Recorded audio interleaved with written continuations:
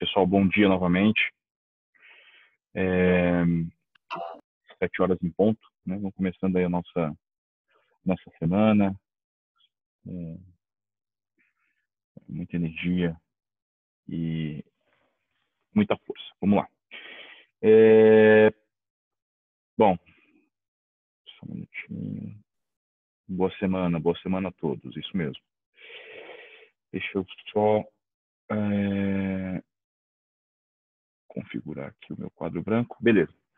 Bom, gente, a gente vai continuar hoje, né? Na verdade, hoje a gente entra de cabeça, eu diria, no conteúdo, no primeiro grande conteúdo, né? Semana passada, para quem estava presente, eu acredito que todo mundo estava presente, ou quase toda a turma, né? A gente fez basicamente uma introdução sobre o curso e começamos a falar sobre métodos de previsão de demanda, né? Esse conteúdo importante aí da área de logística e supply chain management que vai acompanhar a gente quase até o final dessa primeira parte do curso, quase até a nossa prova parcial, tá? Eu diria aí que entre 50 e 60% da nota da prova parcial é referente a métodos de previsão de demanda, tá? Que a gente começa a ver na prática hoje. Semana passada a gente já fez uma introdução, hoje a gente encerra aquela introdução que eu iniciei na semana passada, na quinta-feira, e a gente já começa forte aí praticando, tá? Beleza. Deixa eu projetar o iClass para ir fazendo o caminho com vocês, para vocês irem se familiarizando aí com o nosso ambiente de trabalho, né, no iClass. Então, se vocês vierem aqui em logística, né, na disciplina de vocês, né, deixa eu tirar aqui dessa tela principal essas coisas, beleza. Venham aqui, vamos, para que vocês possam acessar o material que eu vou utilizar agora, né, finalizar, vocês podem vir aqui. Deixa eu botar esse formato de visualização que eu prefiro, né? Em métodos de previsão de demanda, a aba métodos de previsão de demanda. Aqui, em conteúdo, a gente está finalizando esse primeiro material, essa primeira apresentação, né? Esse primeiro material, tá? Sobrou um slide que eu disse na última aula, que era um dos mais importantes desse conteúdo, em termos conceituais, né? E a gente vai ver um pouquinho por quê. A gente vai ver um pouquinho agora do porquê que ele é tão importante, tá? Paraná. A gente parou exatamente aqui. Deixa eu inverter aqui as telas. A gente parou exatamente aqui, gente, né? Quando a gente ia começar a falar das características, né? Das características. Deixa eu só conferir. Só conferir também se eu estou gravando.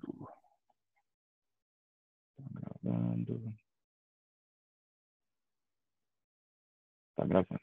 Beleza. A gente ia começar a falar no final da aula de quinta-feira, e acabou que a gente não teve tempo para concluir, sobre as características dos dados que nos proporcionam as previsões de demanda, né? Então, só recapitulando um pouquinho do que eu falei na semana passada, a gente vai trabalhar aqui com métodos de previsão de demanda que, a partir da análise de dados históricos, de uma série histórica, de uma certa demanda, e quando eu falo demanda aqui, eu estou falando, eu estou me referindo a uma série de tipos diferentes de dados. Então, pode ser uma série histórica de receita, pode ser uma série histórica de quantidade de produto vendida, pode ser uma série histórica de custo, né? Apesar de o nome ser demanda, eu posso estar olhando para custo, né? Pode ser uma série histórica por exemplo, né, usando um exemplo triste, mas que usa métodos de previsão de demanda, né, de falecimentos, por exemplo, no caso da Covid, né, quando a gente vê o jornal e o jornalista fala, olha, a média móvel dos últimos 7 dias foi de X mil mortes, ou foi de X mil pessoas contaminadas, né, pela Covid-19. Essa média móvel de 7 dias é um método de previsão de demanda.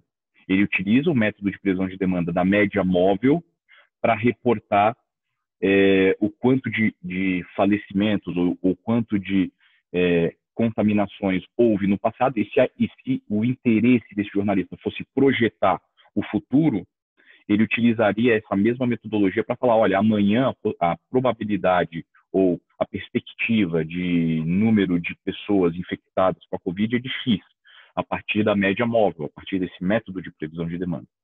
Tá?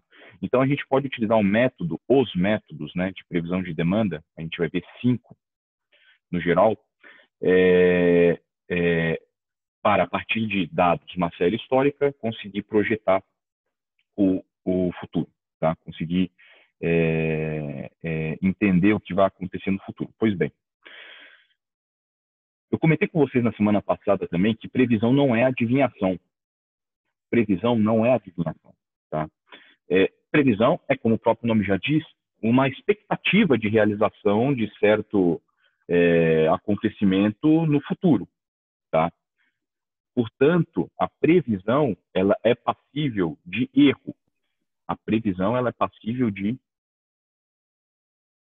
erro.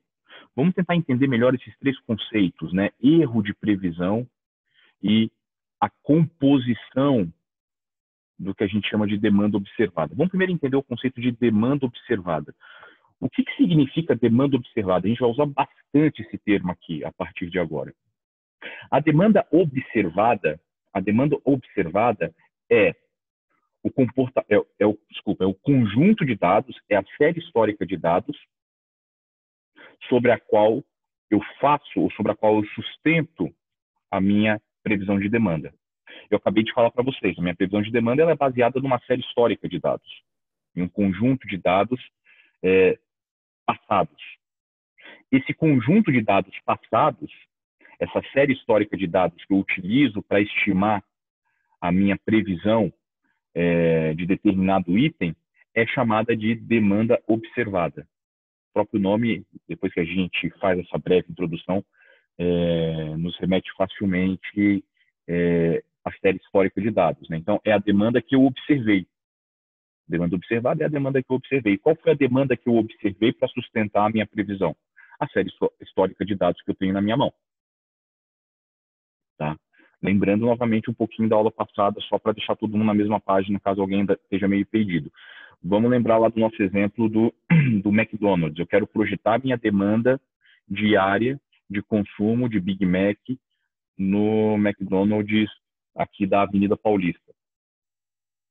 Como é que eu vou fazer isso? Eu vou fazer isso aplicando um método de previsão de demanda sobre os dados históricos de vendas diárias de Big Mac que eu tenho no meu sistema, por exemplo. Esses dados históricos são chamados de,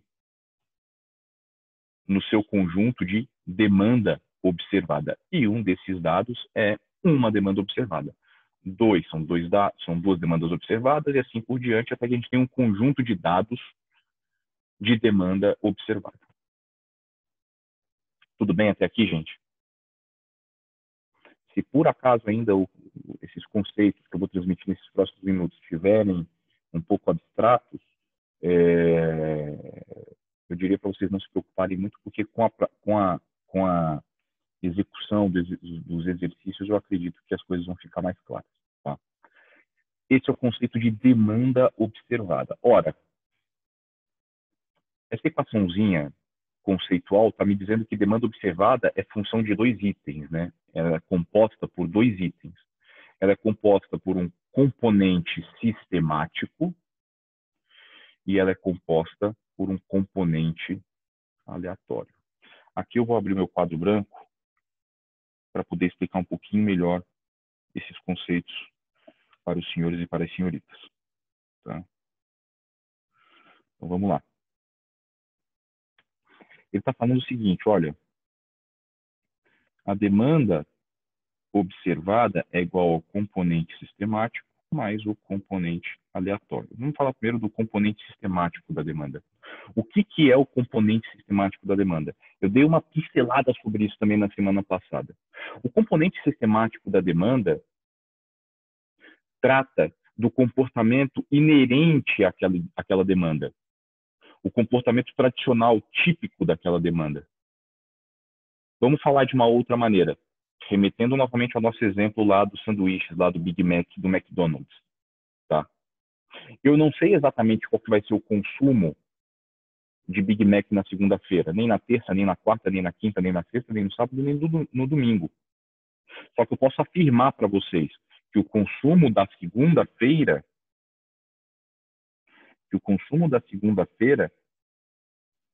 muito provavelmente vai ser menor do que o consumo da terça, que por sua vez vai ser menor do que o consumo da quarta, o da quarta por sua vez vai ser menor do que o consumo da quinta, o da quinta vai ser menor do que o da sexta, o da sexta e do sábado talvez sejam semelhantes, a mesma coisa do domingo. E eu posso dizer que o consumo do domingo provavelmente é bem maior do que o consumo da segunda, que por sua vez é maior do que o consumo da terça, e por sua vez é menor do que o consumo da terça, que por sua vez é menor do que o consumo da quarta, que por sua vez é menor do que o consumo da quinta, que por sua vez é menor do que o consumo da sexta, que talvez seja igual ao consumo do sábado e do domingo, voltando para a segunda-feira.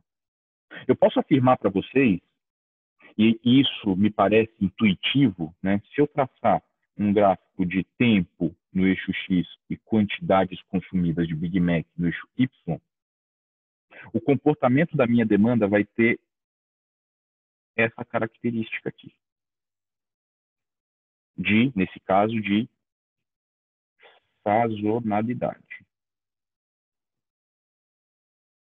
Esse comportamento que é típico desse conjunto de dados, esse comportamento sazonal que é típico desse conjunto de dados, é chamado de componente sistemático da demanda. Tá ok? Vou pegar um outro exemplo. O consumo de sal. Consumo de sal, tempo e quantidade. Vamos dizer que a gente queira analisar o comportamento do consumo de sal de cozinha, tá? Saquinho de 1 quilo aí, de qualquer supermercado. A gente quer analisar os dados históricos, a demanda observada do consumo de sal e projetar a previsão, fazer a previsão de demanda do consumo de sal. Vamos dizer que a gente tenha dados históricos mensais, tá ok? Mensais, mês, do consumo de sal em um determinado supermercado aqui da cidade de São Paulo. Eu posso observar, muito provavelmente, sobre o consumo de sal, que o consumo vai ter esse comportamento mês a mês. Então, vamos dizer que seja janeiro, fevereiro, março, abril, não sei de onde é que eu tirei B, maio, junho, julho, agosto. Vamos dizer que a gente queira fazer a previsão de demanda a partir de setembro. Reparem, né, que a gente tem praticamente uma linha reta, né, uma função de primeiro grau sem coeficiente angular aqui no consumo de sal, que também parece muito razoável para mim. Eu não sei quanto a vocês, né, mas o consumo de sal, ele é inelástico, né, ele varia pouco, né, dentro de um determinado período de tempo, simplesmente porque o consumo de sal ele é impactado por praticamente nenhuma variável. O que eu quero dizer com isso? Olha, se a taxa de desemprego aumentar ou diminuir, o consumo de picanha, que a gente falou na semana passada, vai ser impactado, mas o de sal não. Todo mundo vai continuar comendo sal, utilizando sal, né? Se o governo for de esquerda ou de direita, muito provavelmente o consumo de sal vai continuar constante, né? Se a inflação estiver alta ou baixa, mesma coisa. Então eu tendo a acreditar que a minha demanda para setembro, outubro, novembro, dezembro vai ter um comportamento mais ou menos semelhante ao que vinha tendo dentro dos meus dados históricos. Repara que o componente sistemático da demanda aqui, ele é linear. Ele me fala o seguinte, olha, não tem sazonalidade no consumo de sal. O consumo de sal ele é praticamente constante. Tá ok? Então, o componente sistemático da demanda nos traz ou trata daquele comportamento típico, tradicional, praticamente imutável do do item que a gente está analisando. Agora, repara o seguinte, tanto nesse exemplo aqui, quanto nesse exemplo de cima, né? Repara que eu tenho uma linha de tendência, correto? Só que eu tenho pontos fora dessa linha de tendência. Pontos fora dessa linha de tendência. Tá? Posso pegar em ambos os exemplos que eu fiz, ó, reparem, né? Aqui eu tenho pontos fora da minha linha de tendência. Ok? Eventualmente, vamos pegar o consumo de sal aqui. Eventualmente, eu poderia ter um ponto aqui no meu dado histórico, aqui, ó, de consumo, com essa distância toda da minha linha de tendência. Ou aqui no consumo de Big Mac, eventualmente na quarta-feira, eu poderia ter um ponto aqui, ó, muito distante da minha linha de tendência. Nesses dois exemplos, no final das contas, né, eu forcei a barra com esse ponto e com esse ponto, só para destacar para vocês o que eu poderia ter. Mas reparem que eu tenho pequenos erros. Os meus erros não são muito grandes. Eles poderiam ser, mas eles não são muito grandes.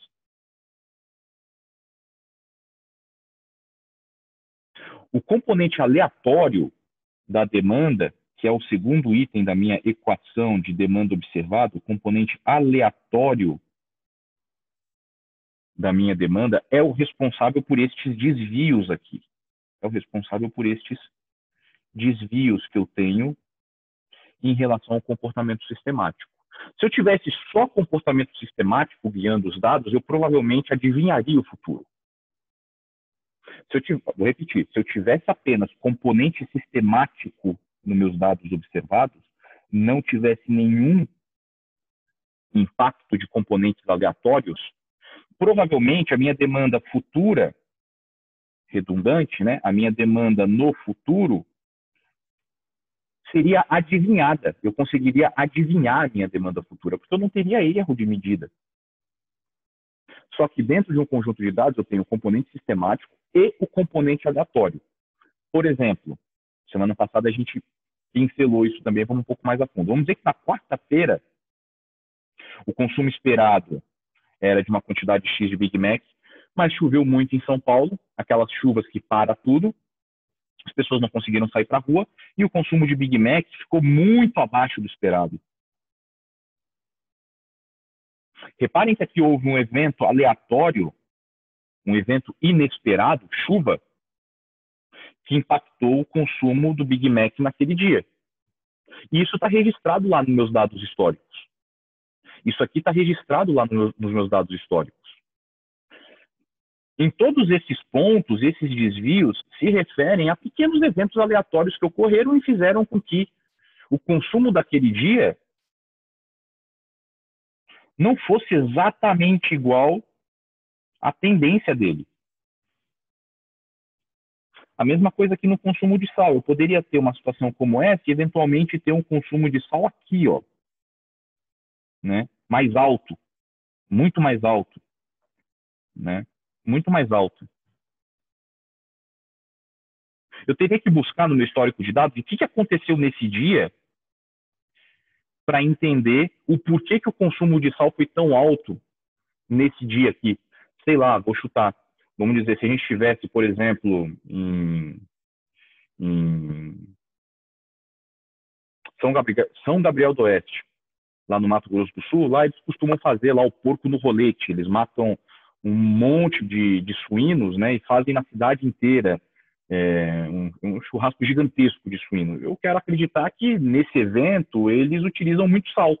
Se essa fosse uma análise de um supermercado, do consumo de sal de um supermercado desse município, provavelmente nesse dia a gente teria visto um consumo muito acima da média em termos de sal.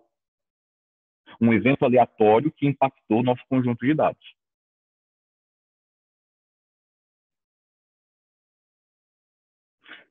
Está clara, gente, a diferença, o conceito, na verdade, de demanda observada, de componente sistemático e de componente aleatório? Ficou claro para vocês? Alguma dúvida em relação a isso? Posso prosseguir? Eu tenho uma dúvida, na verdade. Pode falar, Angélica. Existe algum tipo de definição, algo mais específico que consiga nos direcionar para o que pode ser definido como aleatório ou sistemático, além do bom senso, é claro? Eu não sei se eu entendi bem a sua pergunta. Você está me questionando se existe algum critério mais exato de eu saber se aquele desvio no dado é referente a um fato do componente aleatório? Tenta desenvolver um pouquinho melhor a sua pergunta para tentar responder, Angélica, por favor. Sim, é mais ou menos nesse sentido, porque acaba que essa interpretação vai muito do bom senso humano, né? De perceber se aquela informação de fato é aleatória ou é sistemática.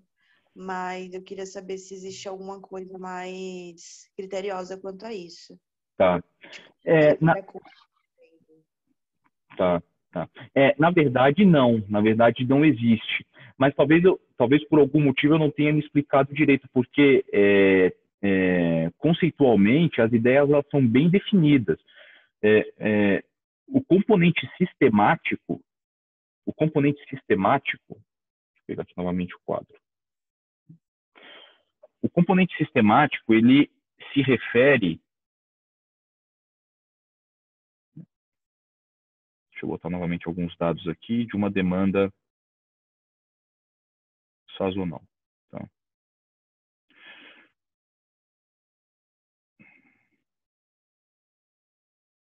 Isso daqui é o meu passado, tá? Isso aqui são os meus dados observados. Isso aqui é o meu futuro, né? É o cenário no qual eu quero realizar a previsão, forecast, tá? Se eu olhar para meus dados observados, meus dados do passado, eu vou ter um comportamento que é o que a gente está chamando aqui, né, de comportamento sistemático. A questão é, quando é que eu diferencio, se eu entendi bem, o comportamento sistemático do comportamento aleatório, né? O comportamento sistemático, ele traz a ideia de sistematização dos dados, ou seja, se eu olhar para o forecast aqui, se eu olhar para a minha previsão, uma coisa eu tenho que ter certeza. A minha previsão ela vai ter uma característica assim, ó.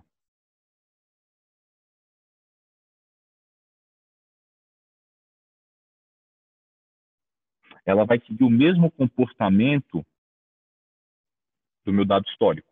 Isso é componente sistemático, isso é comportamento sistemático. Porém, se eu for observar os pontos que compõem essa curva sistemática aqui, eventualmente eu vou observar que eles não estão exatamente em cima da curva, que eles estão orbitando a curva.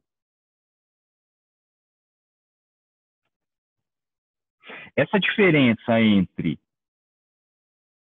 cada ponto e a minha curva sistemática, essa diferença, ela ocorre por conta de eventos aleatórios, por conta da componente aleatória da demanda observada. Se eu não tivesse demanda observada, se eu não tivesse componente aleatório, eu poderia esperar uma previsão de demanda com essa cara aqui. Então, imagina que aqui são os meus dados observados, tá ok?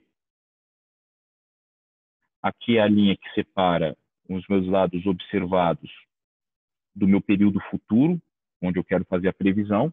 Eu poderia esperar aqui, Angélica, que os meus dados, se eu não tivesse componente aleatório, que os meus dados teriam esse comportamento aqui, ó.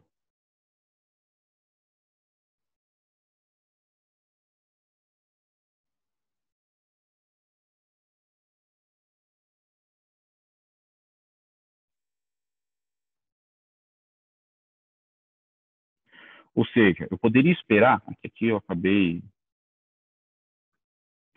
Eu poderia esperar que os meus dados observados estariam exatamente em cima da linha que marca a tendência dos dados, que eu não teria nenhum dado fora da linha de tendência. Ou seja, a minha previsão do futuro, vou ser redundante, a minha previsão do futuro seria exatamente igual ao que aconteceria com os dados. Os dados cairiam exatamente em cima da minha previsão. Eles não cairiam em nenhum momento fora da minha previsão. Isso num cenário em que eu não tivesse componente aleatório. Como esse cenário é impossível, a gente sempre tem uma variação, uma variabilidade dos dados, eu fatalmente vou ter componente aleatório. Ou seja, a minha previsão de demanda, ela sempre vai ter uma diferença em relação à minha... Perdão, os meus dados observados, né? Os meus dados observados, depois que eles se realizarem no futuro, eles sempre vão ter uma distância da minha previsão. A minha previsão é essa curva que eu tô destacando aqui para vocês. E os meus dados observados, depois que eles acontecerem no futuro, eles vão ter uma certa distância dessa curva. Eles vão seguir a mesma tendência, mas eles vão ter uma certa distância dessa curva. Eles não vão estar exatamente em cima da curva. De novo, se os dados estivessem exatamente em cima da curva de previsão, eu estaria adivinhando, porque eu estaria eliminando o componente aleatório da demanda. Eu estaria acertando na mosca, o que é praticamente impossível de acontecer.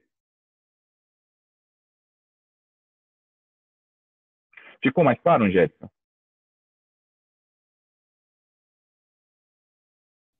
Sim, muito obrigada. Imagina. E aqui eu já vou pegar um gancho em cima da pergunta da Angélica, tá? Olha só, o que é medida de erro? O que é medida de erro? Vamos de novo botar um gráfico aqui de previsão de demanda, tá?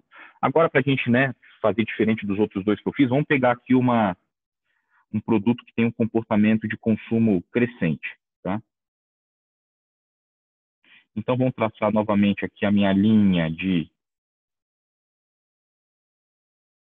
divisão entre dado observado, ou seja, passado e futuro, previsão, tá? O que é medida de erro? O que é medida de erro? Olha só, vou tentar explicar de uma maneira gráfica para deixar muito claro para vocês. O que é medida de erro? Medida de erro é o seguinte.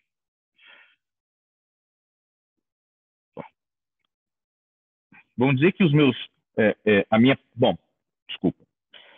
Deixa eu apagar aqui, que eu vou precisar de mais espaço. Forecasting e dado observado. Olha só, eu tenho esses dados observados aqui, ok? Qual que é a minha previsão, né, de demanda em cima desses dados observados? Eu sei que vai ser alguma coisa com essa tendência aqui, ó. Eu sei que vai ser alguma coisa com essa tendência aqui.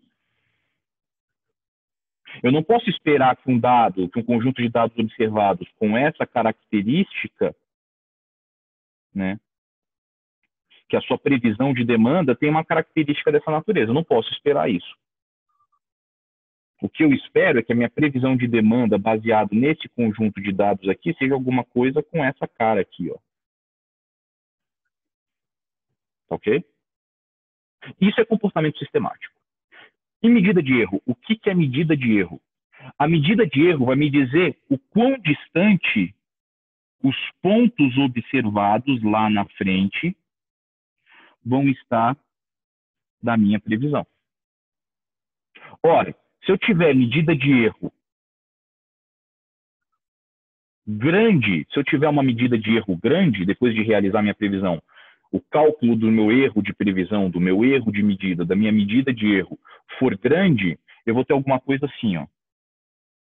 Uma expectativa de que os dados observados mantenham a tendência de crescimento, porém muito distantes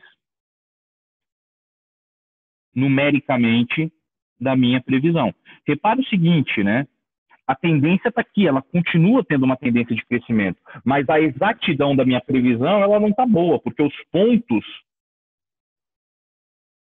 dos meus dados observados, depois que eles forem observados, eles vão estar muito distantes da minha previsão. Uma previsão de demanda com medida de erro com erro de medida, com erro de previsão pequeno, tem a característica oposta. Numa previsão de demanda que me entregue uma medida de erro pequeno, eu posso esperar o seguinte, eu posso esperar alguma coisa dessa natureza aqui, ó. Depois que eu fizer a previsão de demanda e eu começar a observar os dados relativos a esse período, eu vou observar uma proximidade muito grande dos dados observados em relação à previsão. Tá ok? A medida de erro me dá a qualidade da minha previsão. Se a medida de erro é grande, significa que provavelmente eu vou ter um cenário igual esse primeiro que eu expliquei. Os dados muito dispersos em relação à minha previsão. E o oposto é verdadeiro. Se eu tiver uma medida de erro pequena, acurada, significa que a minha previsão está muito bem feita e, portanto, os dados observados, quando eles acontecerem, eles vão girar muito mais próximos da minha previsão. Quanto maior a participação do componente aleatório, maior o meu erro de medida. Quanto maior o impacto de eventos que eu não posso prever nos meus dados históricos, maior vai ser o meu erro de medida. Se naquela semana lá da análise do McDonald's, do Big Mac, teve 4 dias de chuva na semana anterior, a minha previsão no futuro, baseada nesses dados, vai estar totalmente furada. Ou vamos pegar a nossa realidade, né? Indústria de álcool em gel. Indústria de álcool em gel. Olha só o que a indústria de álcool em gel passou esse ano, né? Ela tinha uma demanda constante, não é verdade? A indústria de álcool em gel tinha um comportamento mais ou menos constante. Eu diria que o consumo de álcool em gel, mês a mês, era assim, tá ok? Vamos dizer que isso aqui tenha sido 2019. Chegou o famigerado ano de 2020. Janeiro, fevereiro, março, abril, maio, aí só depois que começou a diminuir o consumo de álcool em gel, junho, julho, agosto, até chegar em dezembro, na virada do ano. Repara, olha só, se eu utilizasse esses dados aqui para prever o consumo de 2021, muito provavelmente eu ia errar a minha previsão, porque agora em 2021 eu acredito, espero eu, com a vacina, que o comportamento dos dados em 2021 volte a ser semelhante ao de 2019, não ao de 2020. O 2020 foi fortemente impactado por eventos aleatórios. Qual foi o evento aleatório? Coronavírus. Ninguém esperava. De repente, todo mundo tinha um frasco de álcool em gel em casa, na mão, na bolsa, no carro. Não é verdade? Então, isso foi um evento aleatório muito grande que desmantelou qualquer tipo de previsão, tanto que faltou álcool em gel no mercado. A indústria de álcool em gel trabalhava com esse comportamento e, de repente, ela se deparou com esse comportamento aqui. Muito louco. Não é verdade? Estou falando de álcool em gel, a gente pode falar de álcool em gel, de máscara, né? E assim por diante. Todos os itens que a gente viu aí crescerem a demanda durante a pandemia, né? Monitor de computador. Eu estava falando ontem com um colega meu da Rest, que é fabricante de alguns produtos de limpeza, tipo Veja, Vanish e outros produtos. Ele falou, cara, foi o melhor ano da empresa. O melhor ano da empresa. Então, você vê, enquanto algumas empresas tiveram um ano horrível, ele me falou, não, foi o melhor ano da empresa. E é lógico, né? A gente pensa, as pessoas estão em casa querendo higienizar tudo, o cara vai lá e compra Veja, vai lá e compra produto de limpeza. Aumentou a demanda por produto de limpeza. Daniel, isso também aconteceu, por exemplo, com algumas formas de trabalho, tipo marketing digital. Nossa, cresceu muito a demanda, é interessante, porque muita gente falou de crise, etc. E eu trabalho nessa área, o pessoal sempre está falando, tipo, meu, o que a gente mais teve foi oportunidade. Claro que é injusto falar diante dos eventos que estavam acontecendo e tudo que está acontecendo, mas assim, que a nossa área deu uma boa expandida, deu, e o que mais tem é projeto sendo precisado, exatamente por causa dessa situação e das circunstâncias. Exatamente. Você vê, se fosse um ano normal, né, Angélica, a indústria de marketing digital iria esperar um crescimento ou uma estabilidade de acordo com os dados do ano anterior. Aí aconteceu isso e você teve uma demanda gigantesca, explodiu o negócio de marketing digital. A mesma coisa aqui nos produtos de limpeza. A mesma coisa no meu setor de agronegócio. Na empresa onde eu trabalho, foi o melhor ano da empresa disparado. As vendas aumentaram em 100%. Por quê? Porque o produtor ganhou muito dinheiro. Por quê? Porque o dólar está a R$ 100, entendeu? Então, assim, o cara, antes ele ganhava, sei lá, R$ 80 por saca de soja. Hoje ele ganha 180, uma fortuna. E ele vai lá e compra produtos, né? Ele está com dinheiro no bolso, ele vai lá e compra. Então, você vê, né? Evento aleatório novamente. A gente ficou sem aço, sem a nossa matéria-prima para produzir os equipamentos que a gente precisa. Por quê? Porque a gente não esperava um aumento de 100% na demanda. O crescimento era de 15% ao ano, de repente você teve um aumento de 90% e lá, 100%. Quebrou a nossa previsão. Então, todos esses exemplos que eu estou utilizando aqui servem para a gente exemplificar, para a gente ilustrar a diferença entre comportamento sistemático e comportamento aleatório. Desculpa, componente sistemático e componente aleatório. E também de medida de erro. Tá? E também de medida de erro. Então, se eu botar novamente a minha tela para vocês aqui, né, o componente sistemático, só para a gente fechar, arrematar essa ideia, é o componente vinculado às características dos meus dados. Outro exemplo clássico, a gente vai falar disso novamente daqui a pouquinho. Passagem aérea. Né? Se a gente pensar em preço de passagem aérea, todos nós aqui sabemos, imagino que faz tempo que vocês não viajam de avião igual a mim, né? Ou estão viajando bem menos também. O preço de passagem aérea é mais caro em julho do que em maio. Todo mundo concorda com isso? Férias escolares, todo mundo viaja. Maio, todo mundo trabalha, as crianças estão na escola, pouca gente viaja. Então, o preço das passagens aéreas em maio é menor do que o preço das passagens aéreas em julho. Comportamento sistemático. Pode acontecer em um mês de julho a passagem aérea está mais barata do que no mês de maio? Sim, mas daí é dado o motivo desse evento é atribuído ao componente aleatório. Aconteceu alguma coisa nesse período que fez com que a passagem em julho fosse mais baixa do que a passagem de maio. Tá? E como eu falei, a previsão, as medidas de erro, elas estão associadas a essa diferença entre a previsão e os dados realmente observados. A medida de erro mede o tamanho do componente aleatório. A medida de erro mede o tamanho do componente aleatório. Quanto maior a medida de erro, maior a participação do componente aleatório no conjunto de dados. Ou se você quiser tratar de maneira inversa, a mesma coisa. Quanto maior a participação do componente aleatório, maior vai ser a sua medida de erro e menor vai ser a qualidade da sua previsão. Uma previsão boa é uma previsão que possui medidas de erro reduzidas, pequenas. Ok? Beleza? Eu acho que eu tenho pergunta aqui no chat, só um minutinho.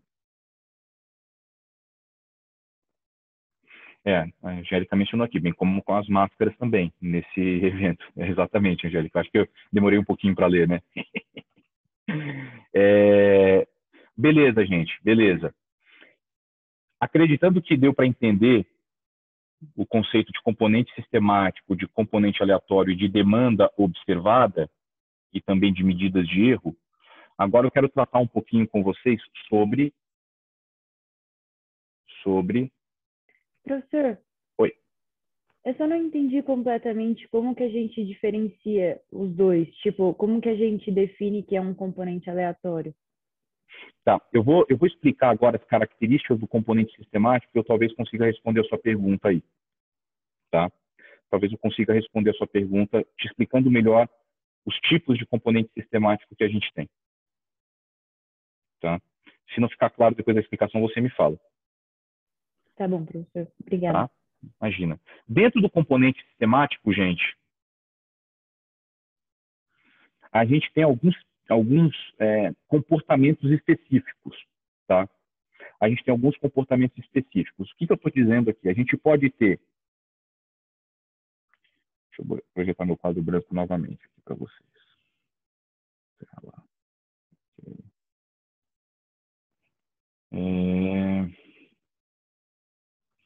Eu mencionei o exemplo do sal, né? Eu mencionei o exemplo do sal pouco tempo atrás.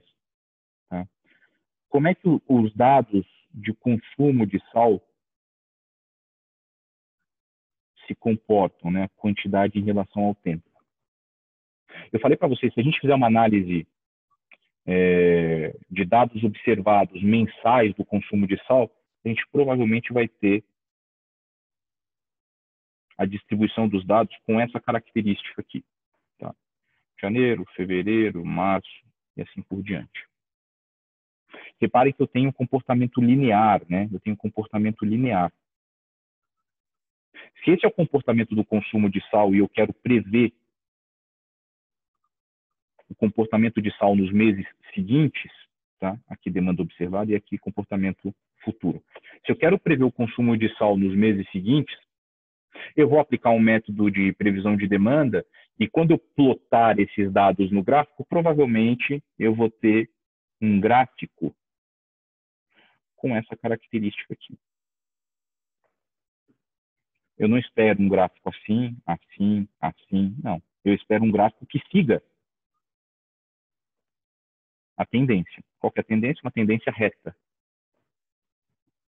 Dados com essa característica, conjuntos de dados que tenham essa característica de comportamento linear, dados que têm essa característica de comportamento linear, possuem no seu componente sistemático de demanda o que a gente chama de nível. E eles possuem somente nível. Eles não possuem nenhum outro componente sistemático. Eles não crescem, eles não têm sazonalidade. Eles só têm uma única tendência, que é uma tendência de constância. Ok? Dados desse tipo, novamente, dados desse tipo possuem no seu componente sistemático de demanda o que a gente chama de nível.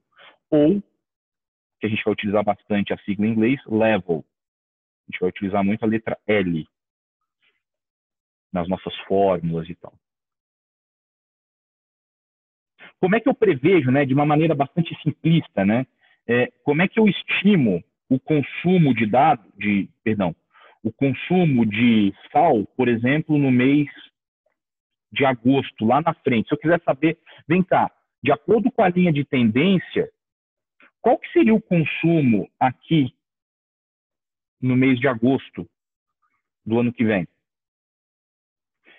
Todo mundo concorda comigo que isso aqui é uma função de primeiro grau, não é verdade? Isso tudo aqui é uma função de primeiro grau. Se a gente for lembrar lá da escola, né? F de x é igual a x mais b. A, coeficiente angular, B, coeficiente linear.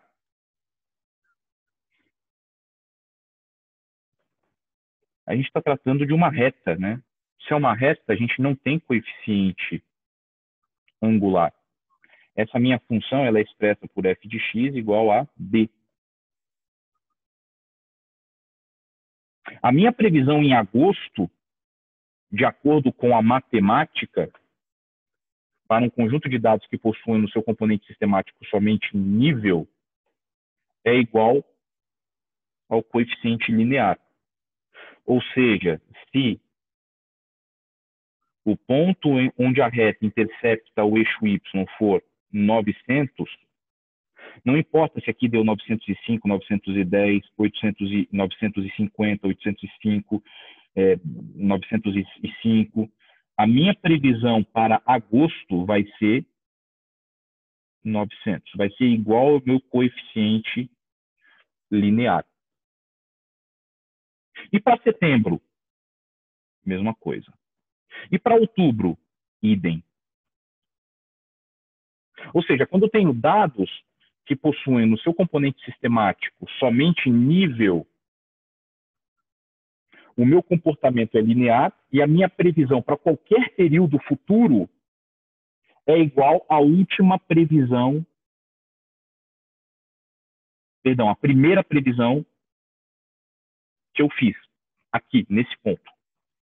Todos os meus períodos futuros vão ter a mesma previsão. Na hora que a gente for fazer a matemática, vai ficar mais claro para vocês. O que eu quero que vocês entendam agora é o conceito de comportamento dos dados. Quando eu tenho dados com componente sistemático que possuem apenas nível, eu estou tratando de dados com essa característica aqui. Com dados cujo comportamento é linear. Ele não cresce, ele não cresce, ele não desce, ele não é sazonal, ele é simplesmente linear. Aqui eu dei o exemplo do sal para vocês. Qual que é o outro produto muito conhecido que tem um comportamento semelhante a esse?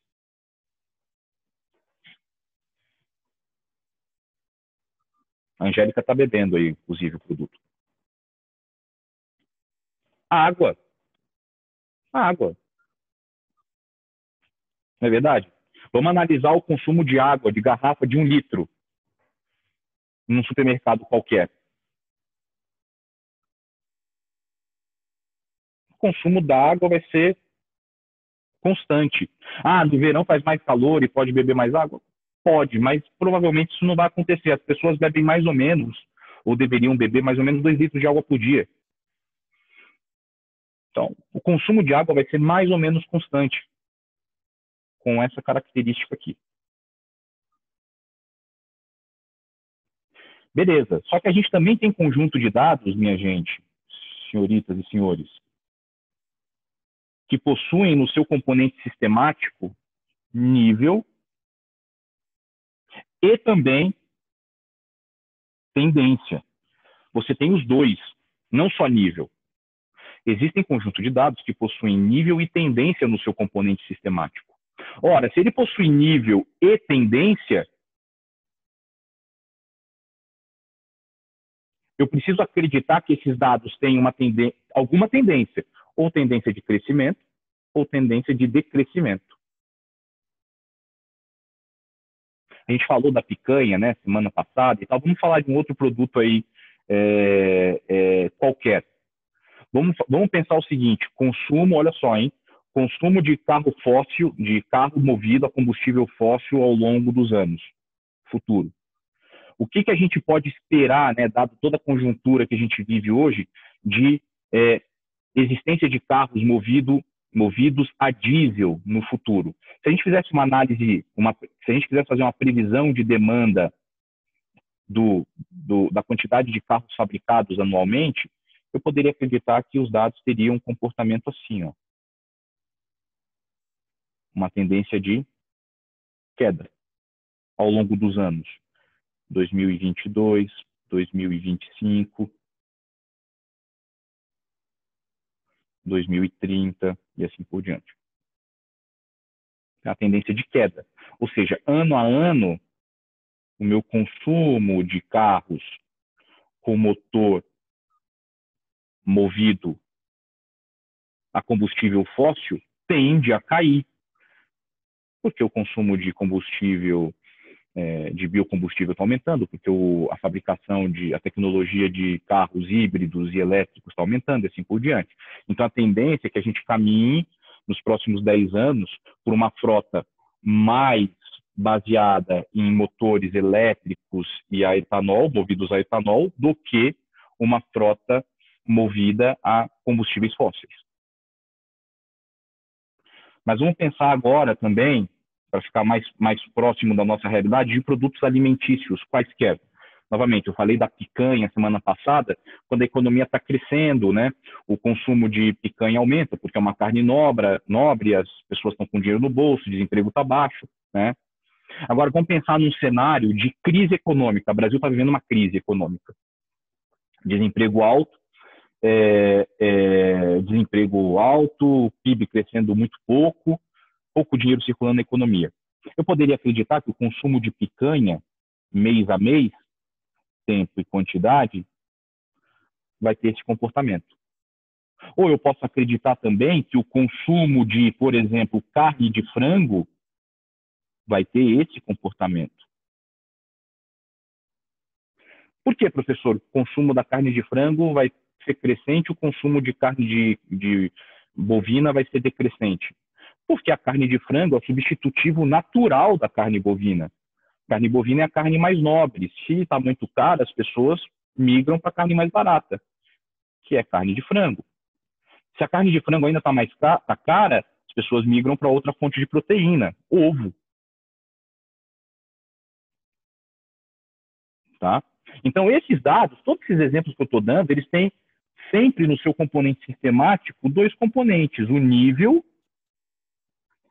que é onde ele se inicia, e a tendência de queda, de crescimento ou tendência de queda, se for o caso. Tá? Se eu tenho um conjunto de dados dessa natureza aqui, né, dados observados, e eu quero fazer a minha previsão de demanda baseado nele, nível mais tendência, eu posso acreditar que a minha previsão vai ter uma característica assim. Os dados futuros vão orbitar essa reta aqui. Tá ok? Os dados futuros vão orbitar essa reta. Porque eles seguem o comportamento sistemático dos dados observados, que tem nível e que tem tendência. Da mesma forma que no caso que no exemplo anterior que eu dei para vocês do sal e da água, quando a gente tem um comportamento linear dos dados e, portanto, a gente pode expressar esse comportamento por uma função de primeiro grau sem o coeficiente angular da reta, aqui eu também posso expressar esse comportamento de dados pela função de primeiro grau, ax mais b. Só que aqui eu tenho coeficiente angular e aqui eu tenho coeficiente linear. Coeficiente linear b e o coeficiente angular, que é justamente a inclinação da reta. A tendência, que eu chamo aqui, a tendência dos dados, nada mais é do que o grau de inclinação da reta. Fazendo um paralelo com a função de primeiro grau. Tá ok?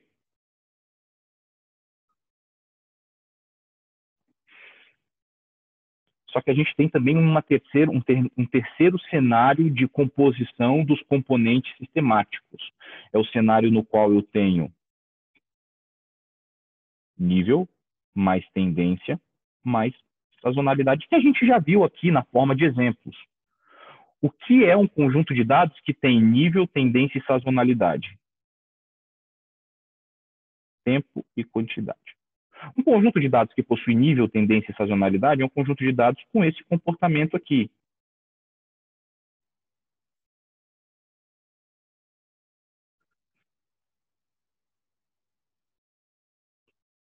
Repare, ele tem nível, porque todo dado intercepta, toda a função de primeiro grau intercepta o eixo y em algum ponto, que é o ponto B, né, o coeficiente linear. Ele tem nível. Ele tem tendência, nesse caso a gente tem uma tendência clara de crescimento dos dados, tá ok? E esses dados também têm sazonalidade, ou seja, eles crescem e reduzem o seu consumo ao longo do tempo. Eu tenho picos e vales bem definidos, eu tenho ciclos de sazonalidade, eu tenho ciclos de sazonalidade. Mas repara que o nível está aqui presente e a tendência está aqui presente também.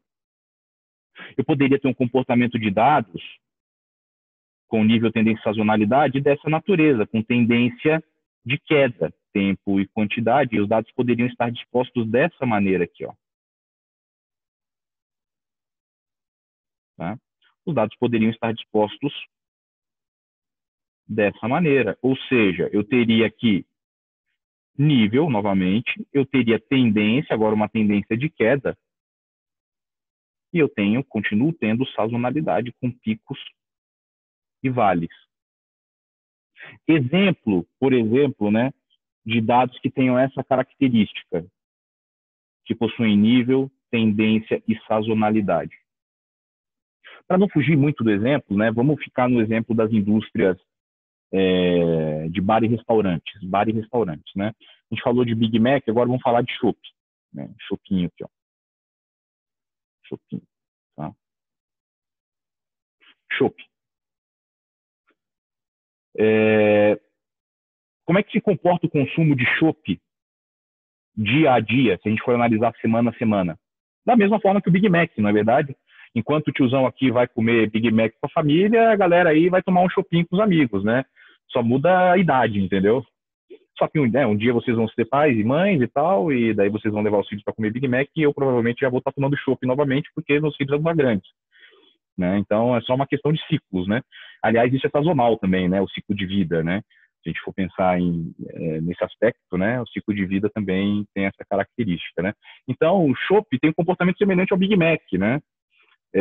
A gente tem um consumo menor no início da semana e um consumo maior nos finais de semana. Tá claro para todo mundo, não é verdade? Mas repara que aqui os meus ciclos sazonais, eles estão em tendência de queda. Eles estão em tendência de queda. Novamente, vamos trazer alguns aspectos econômicos para essa análise. A gente pode estar passando por uma crise econômica. Então, olha só, ao longo do tempo, o consumo de chopp vem caindo semana a semana. O consumo de chopp, ele vem caindo semana a semana. Só que ele conserva a sazonalidade. Mesmo caindo, ele conserva a sazonalidade. Olha que interessante, né? O país vai ter um PIB em 2020, né, só para deixar o exemplo muito claro, de 15% negativo. O PIB do Brasil vai decrescer 15%. Tragédia, caos absoluto, devastação, guerra. 15% de queda em 2020. O que vai acontecer com o consumo dos bares e dos restaurantes? Vai despencar. Só que, mesmo despencando, vai continuar havendo mais consumo de chopp no sábado do que na segunda. Concorda? Vai continuar. Na Venezuela, por exemplo, a Venezuela vive uma situação econômica dramática, mas eu tenho certeza que se a gente for num bar da Venezuela, o consumo de chopp ou de pinga ou de qualquer coisa no sábado vai ser maior do que o consumo de pinga, de cerveja, de vodka na segunda. Nos Estados Unidos, a mesma coisa. Se você for para Nova York, vai ter uma tendência de crescimento, mas o consumo ele vai ter essa característica. Em São Paulo, a mesma coisa. Então, repare que você pode ter tendência de decrescimento ou de crescimento, mas a sazonalidade se conserva. Passagem aérea, a gente está vivendo isso nesse momento. Todo mundo acompanhou o que está acontecendo, todo mundo está acompanhando o que está acontecendo com a indústria aérea, não é verdade? De transporte de passageiros. Né? Viveu um ano terrível, demissão, plano voluntário, plano de demissão voluntária, etc. Só que eu garanto para vocês, continua se vendendo mais passagem em julho do que em janeiro. Perdão, em julho do que em maio. Professor, Oi, Gabriela. Mas, por exemplo, se considerando todos os produtos, tirando, vamos dizer, aqueles essenciais que você mencionou, tipo sal, água, esse tipo de coisa, pode-se dizer que todos eles envolve tendência e sazonalidade na sua previsão? Eu diria que sim. Sazonalidade nem todos, Gabriela, mas tendência eu diria que sim. Eu acho que são poucos produtos que possuem apenas nível no seu componente sistemático. Tá? Eu consigo me lembrar aqui sem fazer muito esforço, de sal e água. Tá? A maioria dos produtos vai ter pelo menos tendência. A questão da sazonalidade vai variar também de caso a caso. A tendência, no meu entendimento, né, porque a gente nunca tem só tendência, né? Lembra que é sempre nível mais tendência, e nível mais tendência mais sazonalidade. Desses três cenários, eu diria que o mais comum é o cenário de nível mais tendência, no meu entendimento. Entendi, obrigada. Imagina, para supermercado, a gente pode pegar praticamente todos os itens, eles têm nível e tendência. Alguns têm sazonalidade, sim, mas a grande maioria é nível e tendência. Alimentícios todos, né? Arroz, feijão, farofa, macarrão, biscoito. Então, assim, dado uma conjuntura econômica sadia, a tendência vai ser de crescimento. Dado uma tendência econômica ruim, o consumo a tendência vai ser de queda, tá? Em resumo, gente, o quadro branco saiu aqui, mas em resumo, o que a gente tem, né? Em resumo, o que a gente tem? A gente tem três cenários, tá? A gente tem três cenários de conjunto de dados. Então, olha só, A gente tem o cenário 1. Dados que possuem apenas nível. Cenário 2. Dados que possuem nível e tendência. E cenário 3. Dados que possuem nível, mais tendência, mais sazonalidade.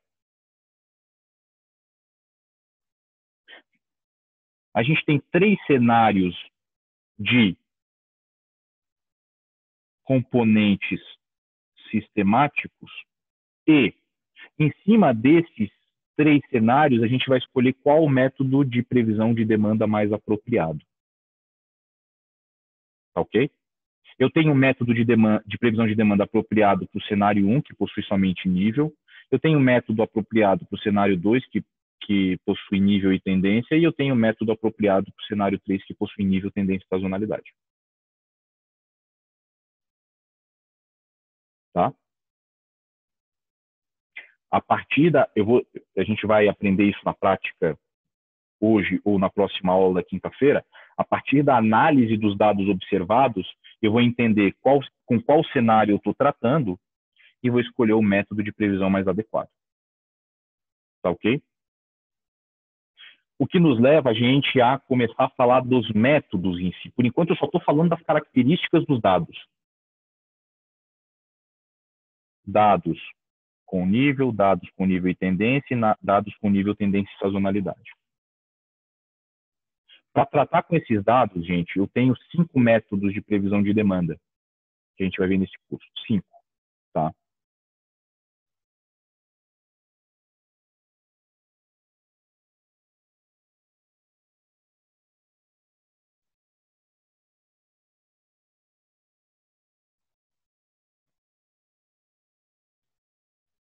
Eu tenho 5 métodos de previsão de demanda. Eu tenho a média móvel simples. Eu tenho a média móvel ponderada.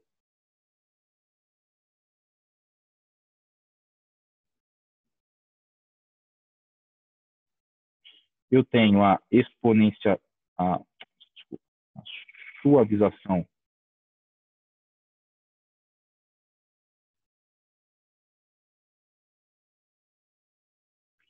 exponencial simples. Eu tenho a suavização exponencial dupla, também conhecida como método de Holt. E eu tenho a suavização exponencial tripla, também conhecida como método de Winther. Olha só. Cada um desses métodos trata com um tipo de conjunto de dados. Esse método e esse método aqui tratam com um conjunto de dados que possuem no seu componente sistemático somente nível. Não se preocupa muito com esse rabisco aqui, que eu vou mostrar já já para vocês uma figurinha que traz isso daqui de forma mais organizada, tá? Não se preocupa se não estiver entendendo as letras e tal. Bom, primeiro que a gente vai repetir isso bastante ao longo das próximas aulas, e segundo que eu vou mostrar uma figura que mostra exatamente isso aqui de uma maneira mais organizada. A suavização exponencial dupla trata de conjunto de dados que possuam no seu componente sistemático nível mais tendência. E a suavização exponencial tripla trata de conjunto de dados que possuam no seu componente sistemático nível, mais tendência, mais sazonalidade. Tá ok? Então, dependendo do tipo de dados, eu vou escolher um método apropriado para fazer a previsão.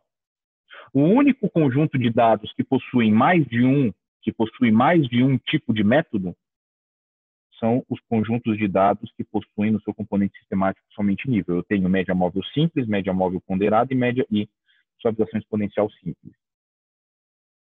Esses três métodos estão em ordem de complexidade. Então, a média móvel simples é a mais simples e a média móvel, perdão, e a suavização exponencial simples é o mais robusto. A gente vai ver cada um deles e eu vou explicando a composição de cada um, tá bom? Gabriel, pode falar, por favor. Professor, pode até ser uma pergunta meio boba assim, mas só que eu fiquei pensando aqui, a existência tipo de nível e sazonalidade seria o terceiro caso, o azul, né? Tipo, a tripla, mas com tendência zero, tipo... Não.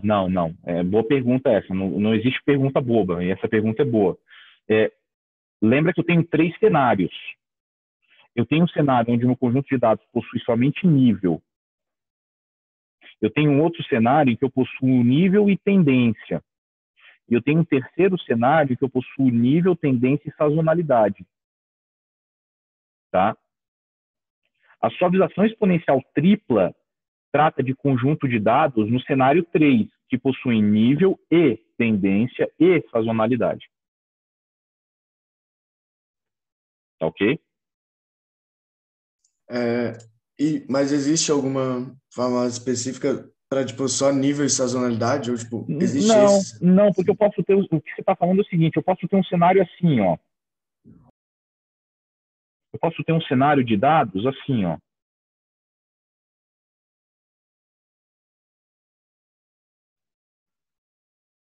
Então repara, isso daqui, ó, são os meus dados observados, é o para trás, né? Aqui é o para frente, a minha previsão. Repara que aqui eu tenho nível, eu tenho sazonalidade e eu tenho uma tendência zero, né? Ou seja, depende da forma como a gente coloca, né? Aqui, teoricamente, eu não teria tendência, né, Gabriel? Tá, tendência linear, né? Mas a tendência existe. Que tendência é essa nesse caso? É uma tendência linear. Então, eu não ignoro o fato de que existe uma tendência, mas eu digo o seguinte, ó, a tendência nesse caso é uma tendência linear. A minha previsão de demanda ali na frente, ela vai ter essa característica aqui, ó.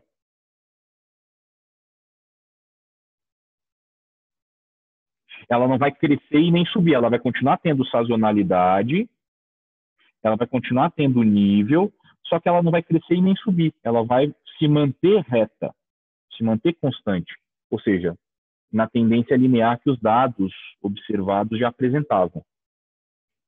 Ok? Professor, então esse continuaria sendo o terceiro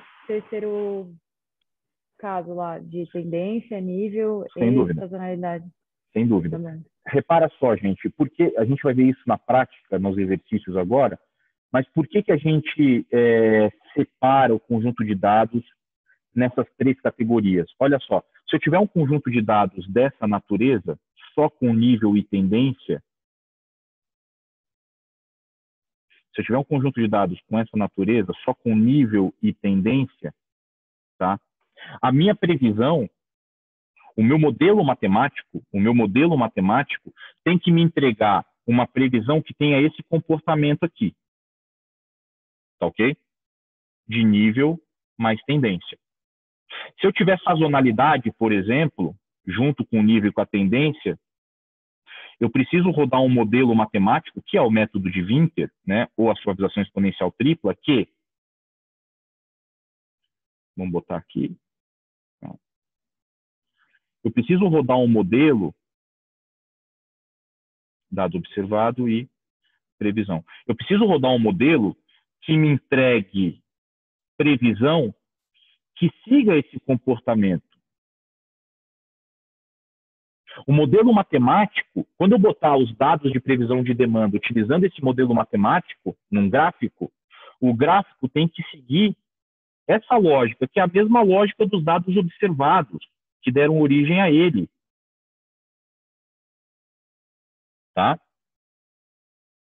Então, eu adapto o meu modelo matemático para o comportamento de dados que eu tenho aqui.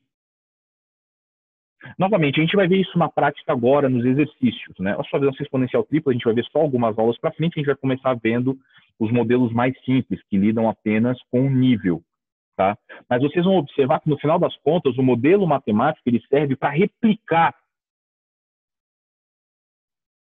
o comportamento do meu dado histórico. Se eu tenho nível, tendência e sazonalidade, como é esse caso aqui, eu preciso de um modelo mais robusto, cujo comportamento gráfico mantenha essa ideia de nível, tendência e sazonalidade.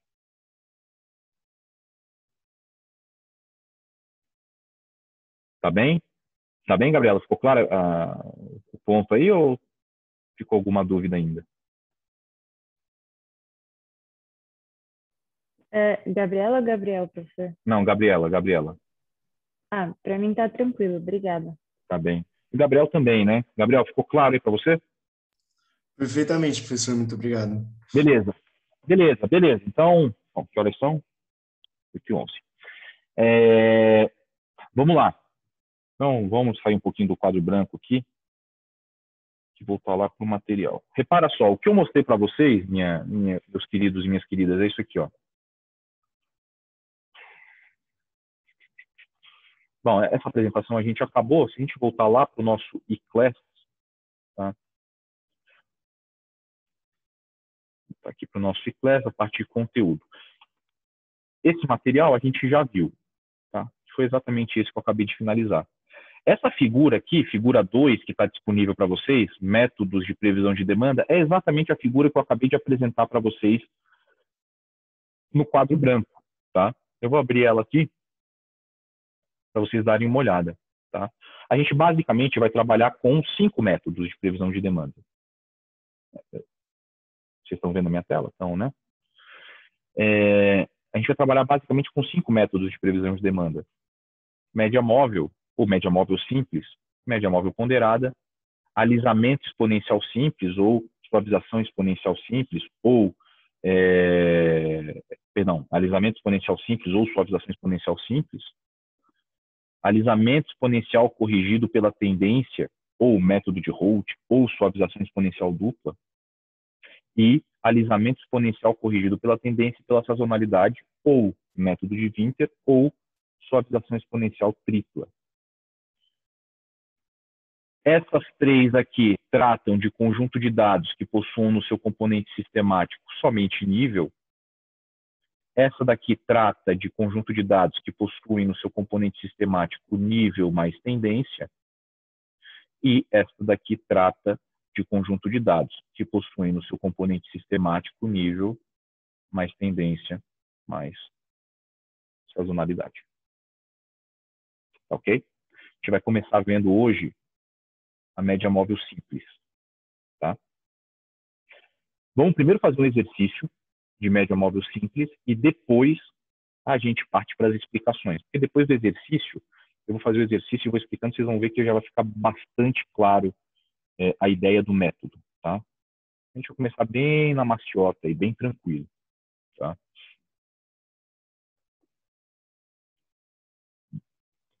Vocês podem vir aqui ó, em exercícios, por favor.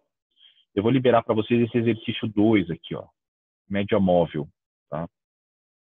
Podem abrir ele para mim, por favor.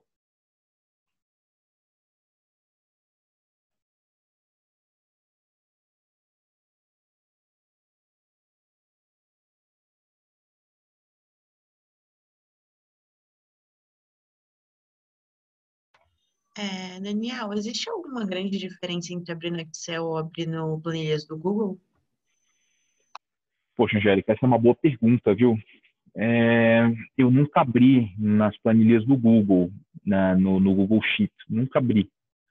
Eu não sei se você consegue fazer todos, para esses exercícios mais simples, de média móvel, eu acredito que você vai conseguir.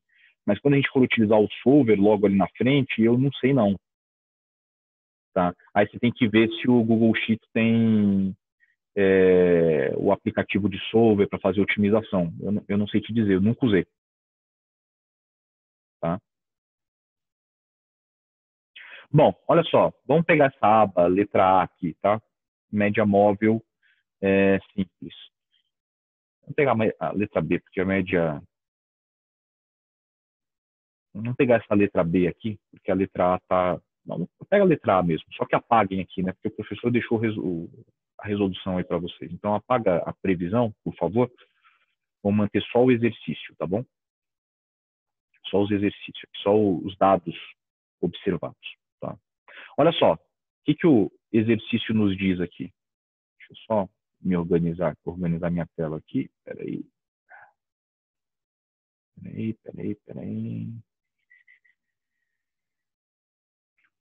Só um minutinho.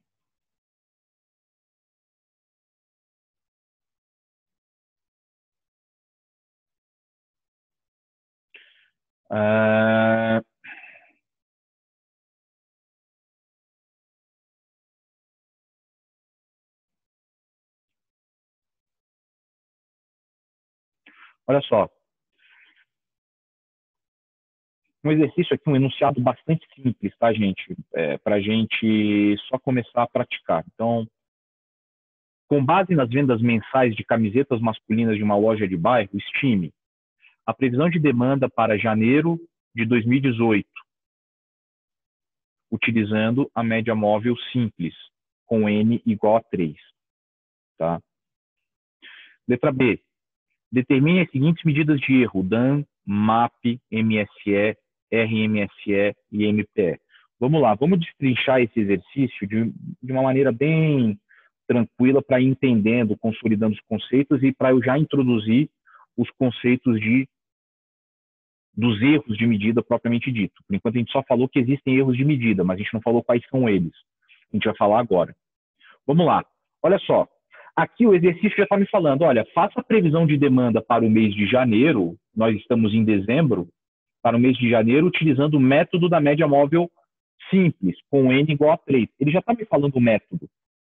Só que poderia não ser assim. Vamos tentar entender qual é o comportamento dos dados observados. Professor, o que é dado observado? Dado observado são os dados do passado. Então, aqui, ó. O que eu tenho de dados históricos, dados observados, série histórica, dados do passado? Eu tenho o número de vendas de janeiro de 2017, de fevereiro, de março, de abril, de maio, de junho, de julho, de agosto, de setembro, outubro, novembro, dezembro. Com base nesses dados de vendas, eu quero saber a minha previsão para janeiro. Essa é a pergunta do exercício. Vem cá. Eu tenho um conjunto de dados históricos mensais de vendas de camisetas masculinas. Com base nesses dados históricos de venda, qual que é o meu consumo previsto para janeiro? E eu posso colocar aqui também para fevereiro, para março, para abril e para maio. Tá?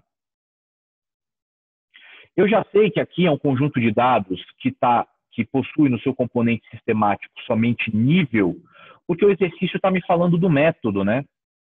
Ele está falando, olha, usa a média móvel simples. Se ele está falando use a média móvel simples, significa que necessariamente eu estou tratando de um conjunto de dados que possui somente nível no seu componente sistemático.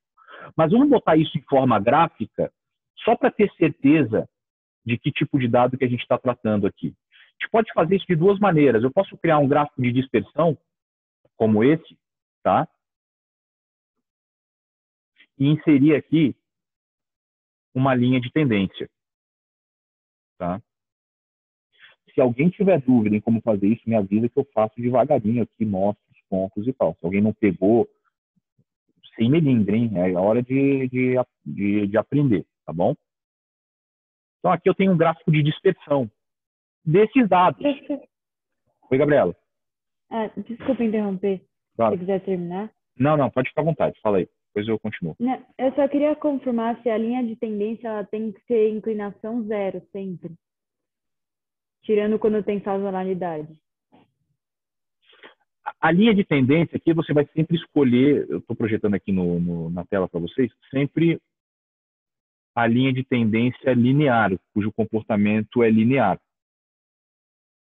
Ele automaticamente vai te dar a existência ou não de tendência. Nesse caso aqui do exercício, ele traçou uma linha de tendência e como o conjunto de dados é linear, a linha ficou linear também. Você não escolhe se a linha de tendência vai ter Perdão, se a linha de tendência vai ter tendência ou não. O que você escolhe é o tipo de linha, né? Exponencial, linear, logarítmica. No nosso caso, a gente vai sempre trabalhar com linhas lineares. É que quando tiver só nível, eu acho que consequentemente vai ser linear, né? Porque. Isso, consequentemente vai ser linear. Ele consequentemente vai ter esse comportamento aqui, ó. Tá? Consequentemente ele vai ter esse comportamento aqui. Se os dados tivessem crescimento, a linha de tendência automaticamente ela seria crescente. Tá bom, obrigada, professor. Imagina. E é isso daqui, Gabriela e demais, que mostram que eu estou lidando com um conjunto de dados que possuem no seu componente sistemático somente nível. Repara que ela não tem, como a própria Gabriela observou, não tem tendência nenhuma, nem de subida e nem de descida. Ok? Então, essa é uma maneira da gente observar a característica dos dados quanto ao seu componente sistemático. Tem uma pergunta aqui no chat, gente, sobre... É isso mesmo, tem que perguntar. Vem cá, como é que eu faço esse gráfico de dispersão com a linha de tendência? Vamos repetir, tá? E a gente repete quantas vezes for necessário, não tem problema. Primeiro, eu seleciono os dados aqui. Primeiro passo, seleciono os dados. Eu seleciono os dados de tempo, né, que vai ser o meu eixo X, as datas vão estar no meu eixo X, e eu seleciono, nesse caso, as vendas, que são os meus dados que vão estar plotados no eixo Y. Selecionei os dados. Depois eu venho aqui, ó, em inserir. Tá? Venho aqui em inserir.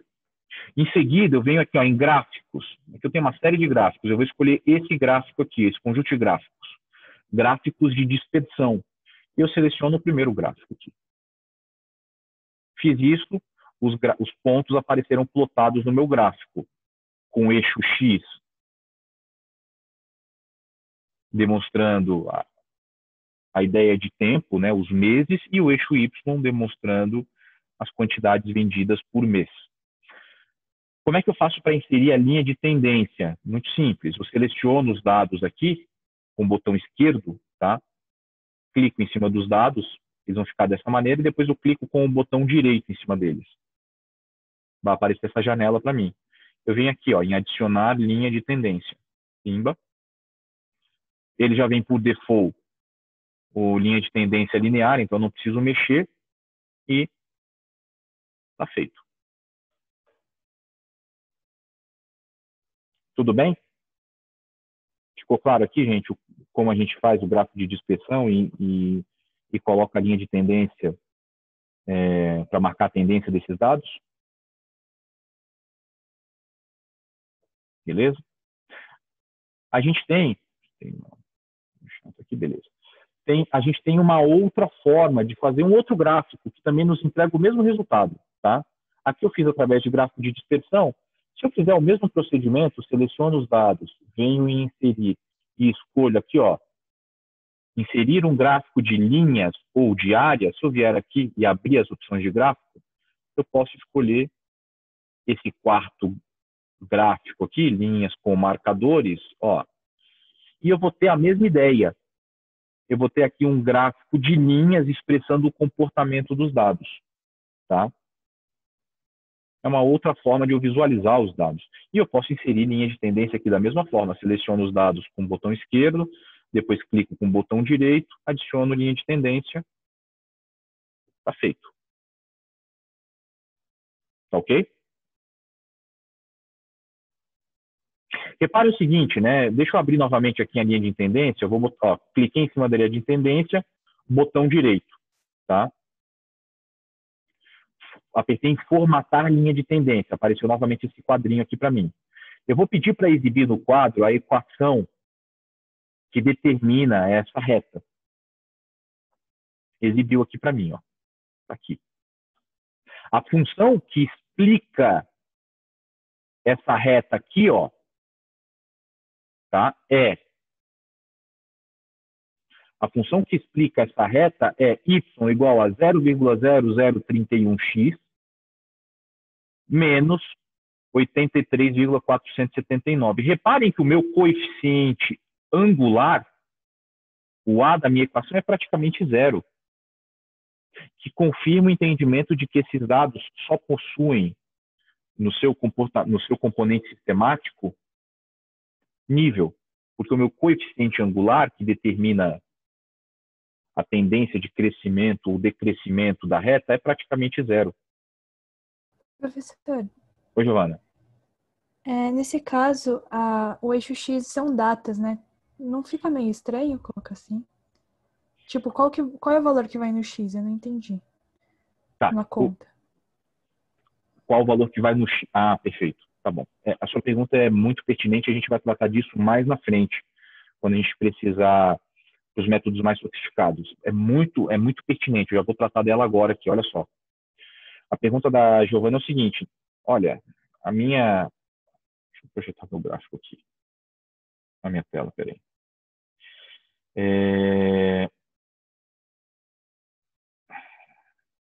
Professor, pode, tipo, em vez de colocar o mês, colocar o período? Perfeito, exatamente isso que eu ia te explicar. Exatamente isso, olha só. Exatamente isso, tá? O que acontece no nosso gráfico? A pergunta da Giovana é o seguinte. Ela fala, professor, poxa, aqui eu tenho números, né, no meu eixo X, no meu eixo Y, perdão. Nas quantidades eu tenho números, perfeito. Quantidade de vendas. Só que no meu eixo X você colocou mês, né? Janeiro, fevereiro, março, abril, maio e assim por diante. A minha função de primeiro grau desse exercício que a gente está tratando deu y igual a 0,0031x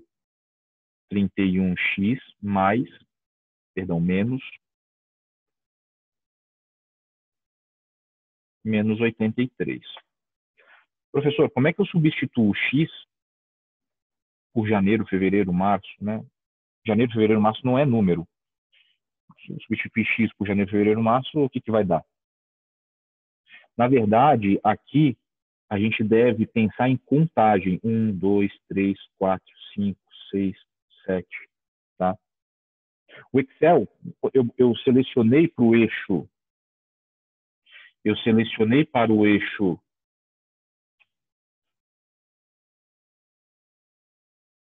Eu selecionei para o eixo X, tá? Meses. Eu selecionei para o eixo X meses, porque daí o gráfico fica mais bonito, né? Só que ele já entende que mês, para mim, é contagem. Seria a mesma coisa se eu tivesse botado aqui 1, 2, 3, 4, 5, 6, 7, 8, 9, 10, 11, 12. Tá? Ele já entende, né, que cada mês é um período, uma contagem. E daí, para fins de formulação matemática, ele considera aqui não novembro de 2016, mas sim 11, contagem 11, 12, 13, 14 e assim por diante. Tá? Tá claro, Giovana? Professora, contagem 11?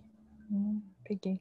Aqui eu falei contagem 11 porque era novembro, né, de 2016. Vamos ver aqui o que está em novembro de 2016. Aqui tá vendo? Novembro de 2016. Eu acabei falando contagem 11.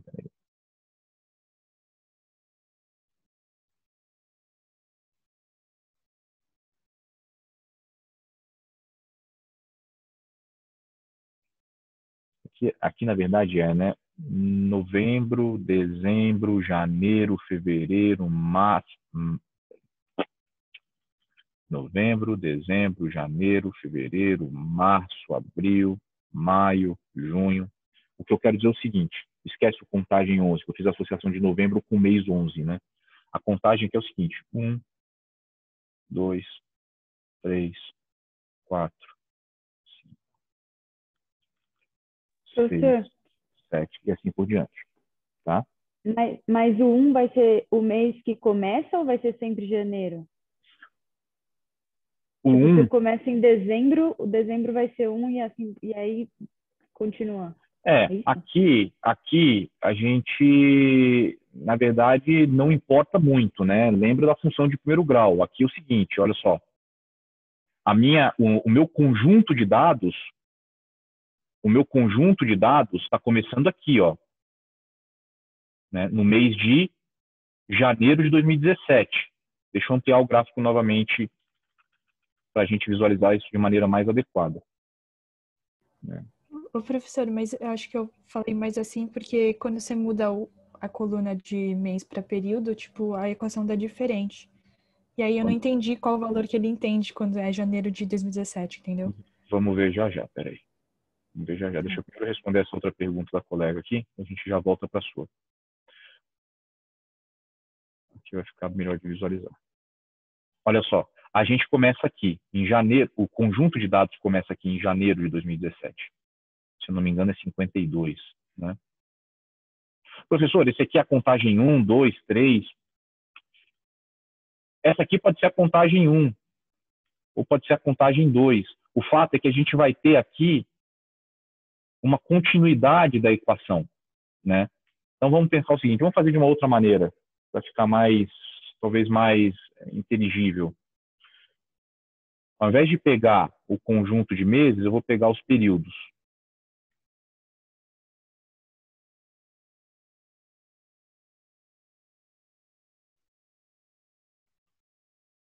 Vou botar em gráfico de tendência aqui, de tendência. Adicionar linha de tendência. Pronto. E aí, equação do gráfico.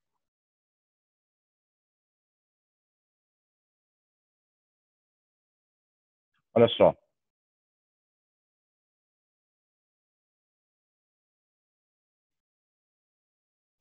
O meu gráfico começa na posição 1.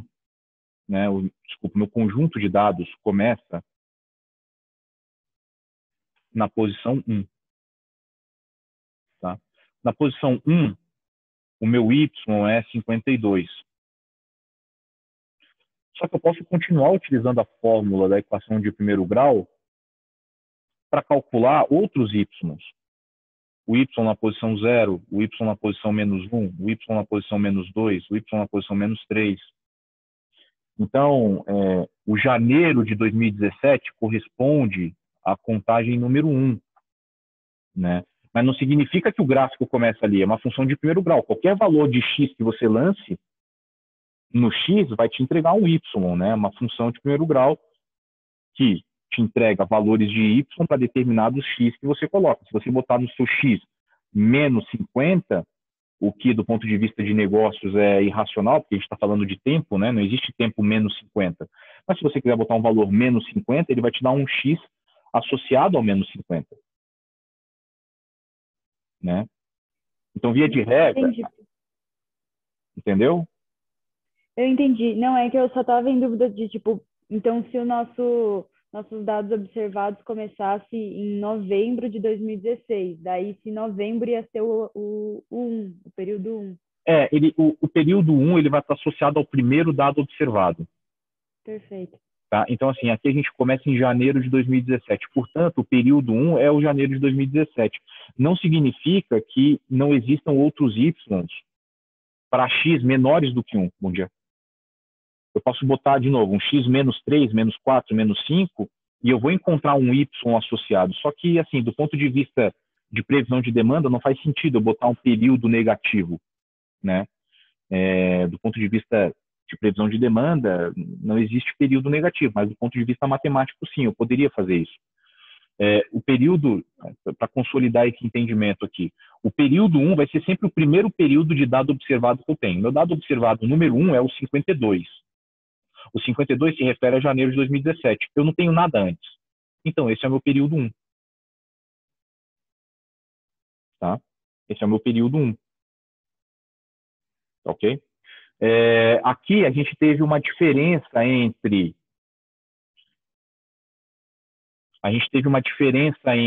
a equação. Vou dar um zoom aqui, porque senão talvez vocês não consigam enxergar. A minha equação de regressão, ou minha função de primeiro grau, para esse gráfico aqui, deu diferente deste daqui. Ao que a gente pode atribuir isso? Né? Ao que a gente pode atribuir isso?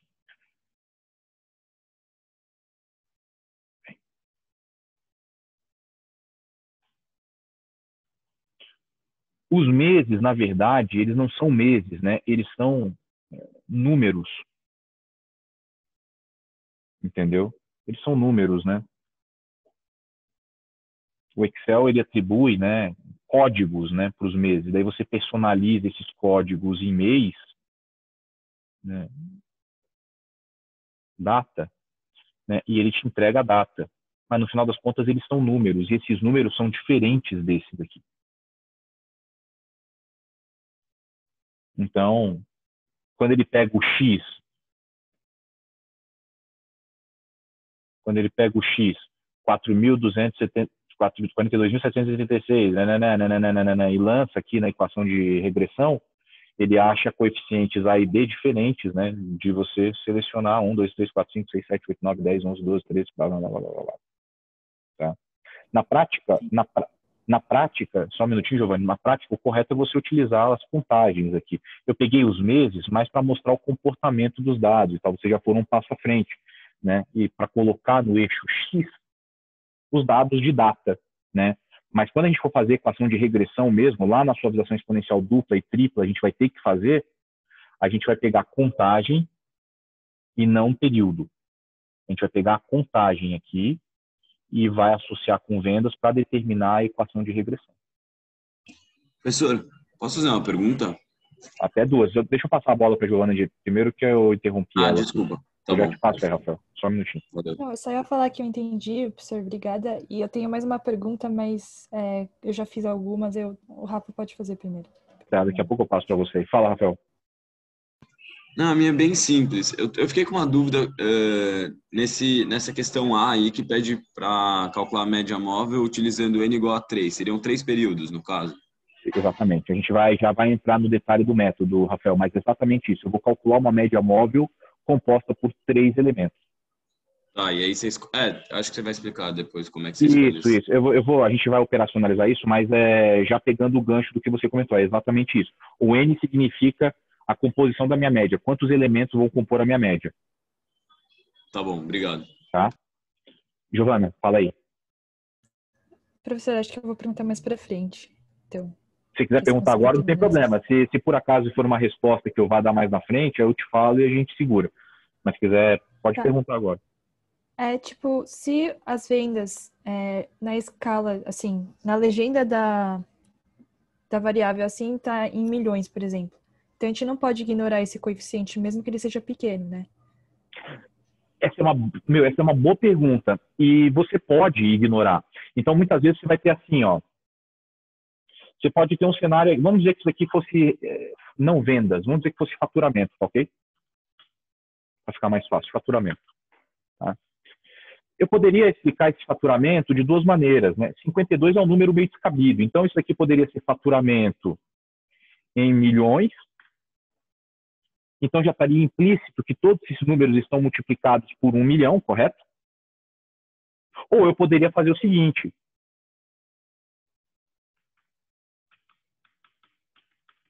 botar o faturamento em milhões. Os resultados vão ser os mesmos.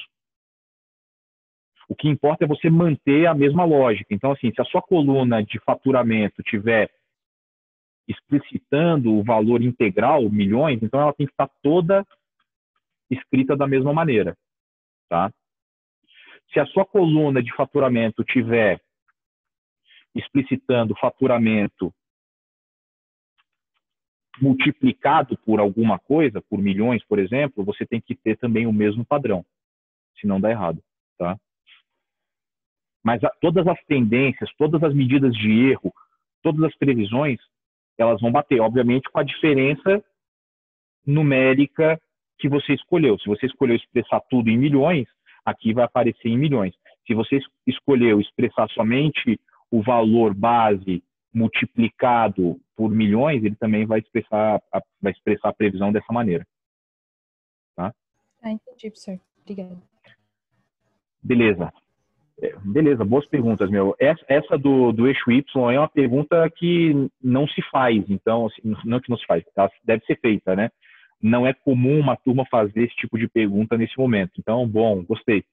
Eu gostei. Porque isso força a gente já a gente vai discutir essa questão de contagem lá na frente. Inclusive, é um item de erro das provas, eu vou mencionar isso lá na frente também. O pessoal esquece de criar uma coluna de contagem e acaba calculando tudo em cima período e da pau total nas previsões. Aqui a gente não vai ter esse problema. Né? Beleza. Vamos falar do método de previsão propriamente dito para encerrar essa aula, que eu já estou no limite, né? 8h50 a aula, né? É 8h50, né? Eu estou meio desabituado a dar só 2 aulas, porque geralmente eu dou 4 aulas, então é 8h50. Assim. Então vamos lá, tem mais 5 minutinhos aí, dá para a gente arrematar pelo menos o método da previsão. Olha só, eu tenho um conjunto de dados observados e eu quero saber a minha previsão de janeiro. Tá? O que é o método da média móvel simples? O método da média móvel simples é baseado no cálculo da média dos últimos elementos. Os últimos elementos observados vão servir para que eu possa estimar a minha previsão. O que vai ser a minha previsão? Falando de uma outra maneira, o que vai ser a minha previsão? A minha previsão vai ser a média dos 3 últimos dados observados. Simples, média simples. Novamente, nesse caso, para n igual a 3, né? A minha previsão vai ser a média dos meus n últimos dados observados. E como é que eu começo aplicando o método? Olha só que interessante. Eu quero saber qual que é a minha demanda, a minha previsão para janeiro. Eu não posso simplesmente calcular a minha média dos últimos 3 dados observados e botar aqui. Eu preciso começar lá do início da minha série histórica. É o que eu costumo dizer. A gente vai calcular a previsão primeiro do que já passou. A gente vai calcular a previsão dos dados que já foram realizados. Então, repara, eu quero uma média móvel com n igual a 3. Eu vou começar aplicando o meu método no início do meu conjunto de dados. 1, 2, 3. A minha previsão baseada nos últimos 3 dados observados para o período de março de 2017 é de 46,33. Pô, professor, mas você está calculando previsão de algo que já aconteceu. Eu já sei que março teve uma demanda de 44. Só que repara que interessante. É essa comparação entre previsão e dado observado que vai me permitir calcular os erros de medida, que vão me dizer a qualidade da minha previsão. Por isso que eu preciso calculá-los. Então, eu vou calcular a minha previsão de demanda para cada período que eu tenho de dado observado. Professor, Oi. mas no caso, como você vai calcular o de janeiro, sendo que para o de março você utilizou o dado de março e o de janeiro você não tem o de janeiro? A gente vai chegar lá rapidinho, Gabriela. Olha só, aí que é o pulo do gato. Vamos lá. Primeiro vamos calcular os dados. Ah, você diz de janeiro de 2017 ou de 2018? Não, de 2018. Vamos chegar lá. O de 17, fevereiro e janeiro de 2017, a gente não calcula. Porque eu começo sempre com o N que ele está me dizendo. Se ele tivesse me dito N igual a 5, eu ia pular janeiro, fevereiro, março, abril, e ia começar em maio. Tá? Vamos chegar lá em como que a gente vai estimar o janeiro. Então, vamos lá. Olha só, a minha média simples é... A minha previsão, desculpa, para o período 3 é a média simples com N igual a 3. Se eu fizer esse movimento de replicar a minha fórmula, repara que eu estou andando com a minha média. Toda vez que eu calculo uma nova média, repara, média móvel,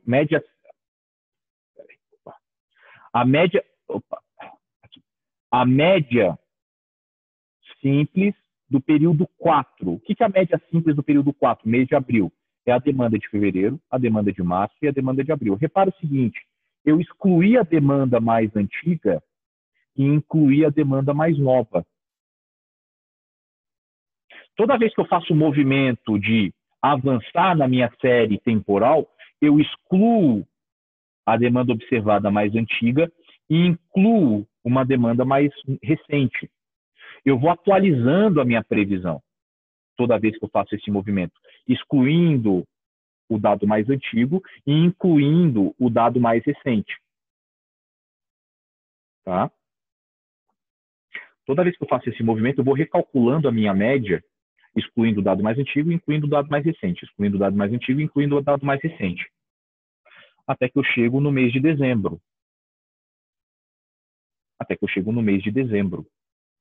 Tá? Aí a pergunta da Gabriela foi a seguinte: tá, mas tudo bem. E qual que é a minha previsão para janeiro? Qual que é a minha previsão para janeiro? A minha previsão para janeiro, no método da média móvel simples, é a repetição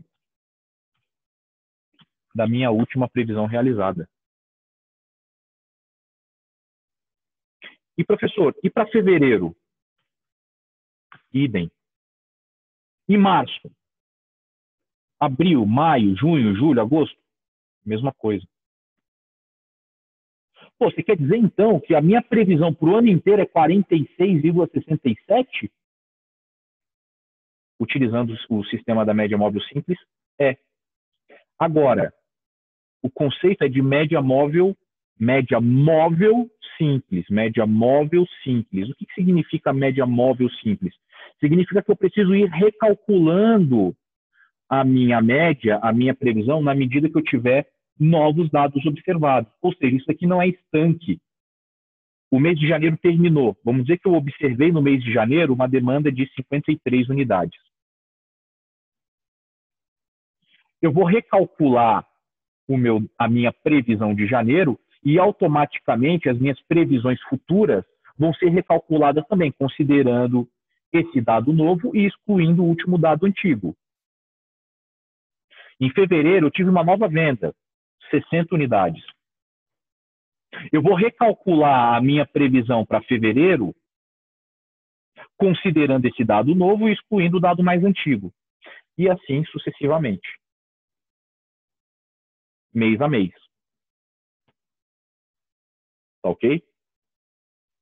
Então, isso vale para todos os métodos. A gente vai sempre reciclando a nossa previsão de demanda, vai sempre atualizando a nossa previsão de demanda com base nos dados mais novos que entram. Para a gente finalizar, e daí na próxima aula eu trato dos métodos, das medidas de erros com vocês. Como é que fica se eu colocar isso aqui num gráfico? Agora, o conjunto de dados inteiro. Período, dados observados e previsão. Como é que fica?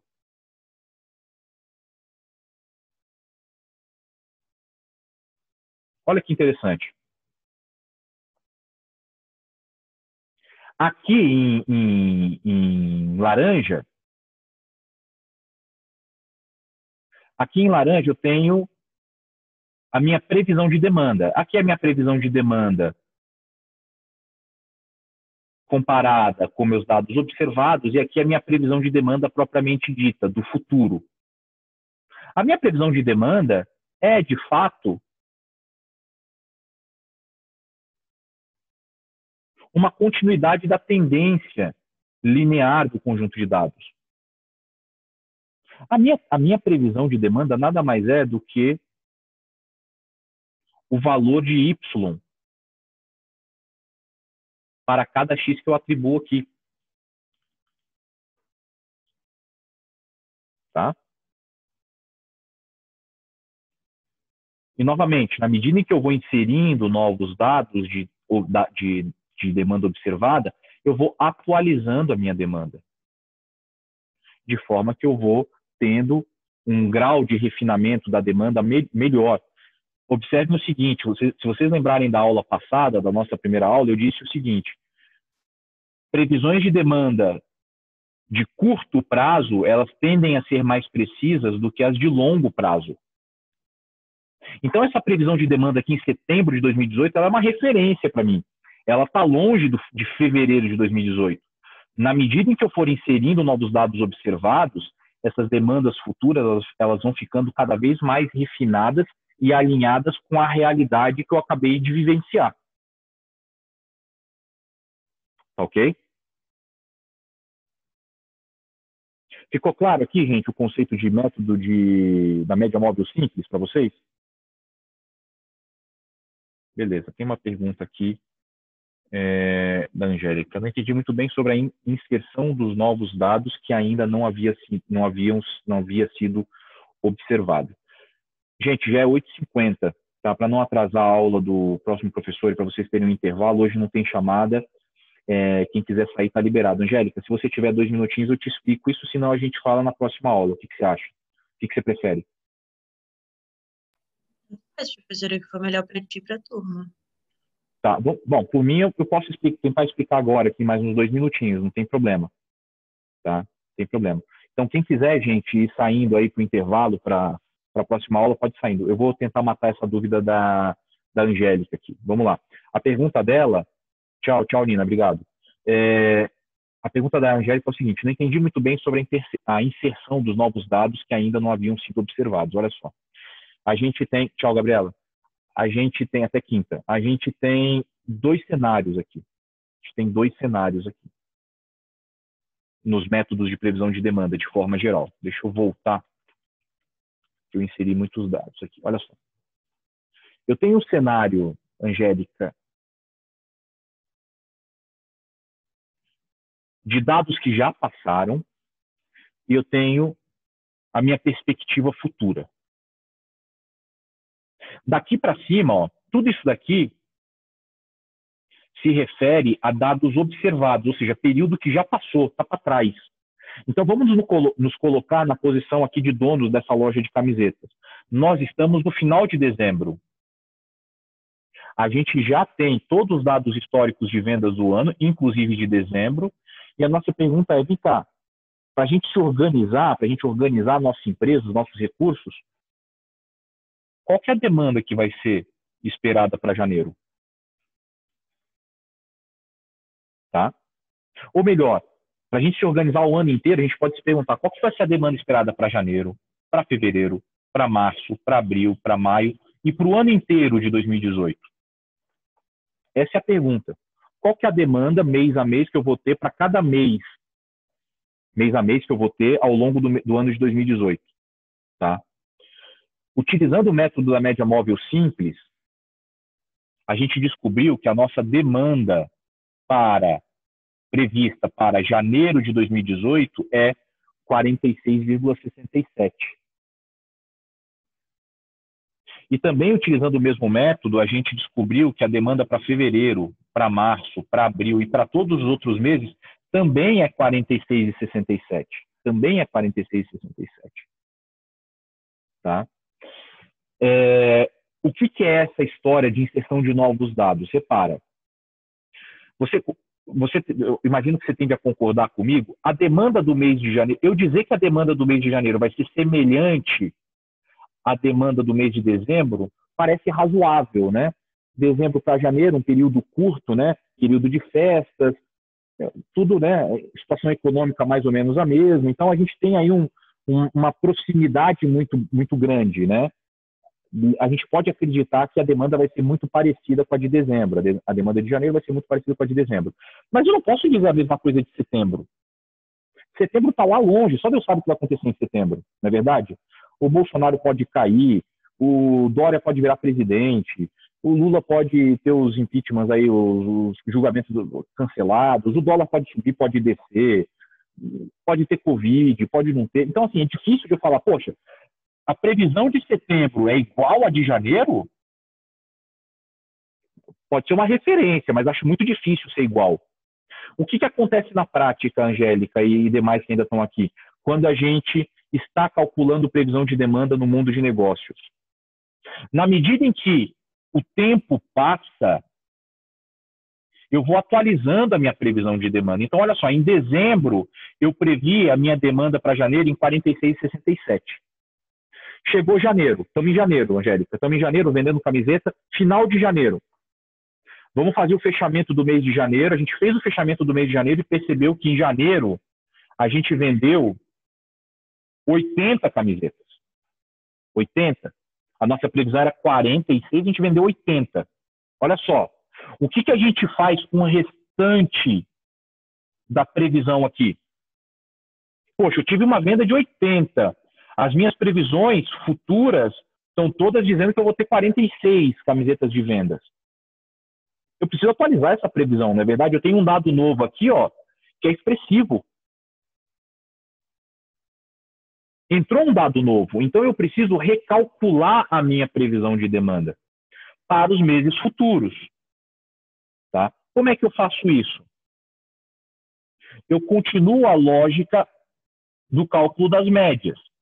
Então, eu calculei a minha média ponderada, minha média simples para dezembro, e deu 46.